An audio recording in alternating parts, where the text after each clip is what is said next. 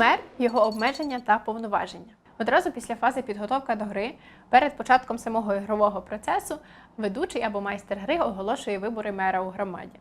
Чітко визначеної процедури нема. Фішка в тому, аби гравці самі домовилися, як вони будуть обирати з-поміж себе мера.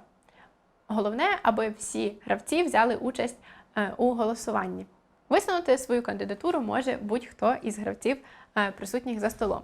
При цьому варто пам'ятати про обмеження, які є у мера.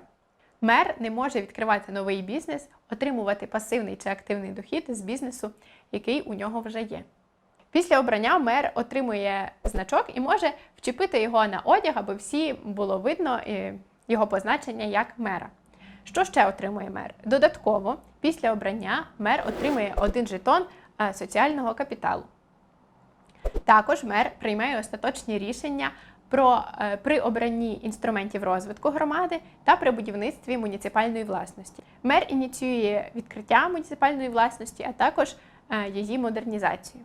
Кількість карт інструментів розвитку, яку може витягнути мер, залежить від рівня його управлінської навички.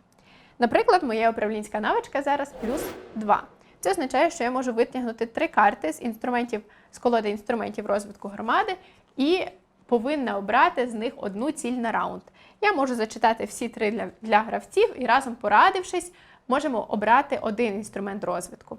Але остаточне рішення завжди за мером. Він обирає кінцевий інструмент розвитку. По суті, цей інструмент розвитку є його такою передвиборчою обіцянкою, яку він зможе чи не зможе втілити наприкінці раунду.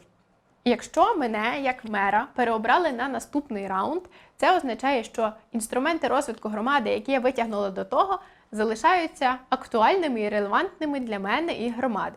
Якщо ж гравці на наступний раунд вибрали іншого мера, то невикористані інструменти розвитку, які я потягнула раніше, затасовуються назад в колоду.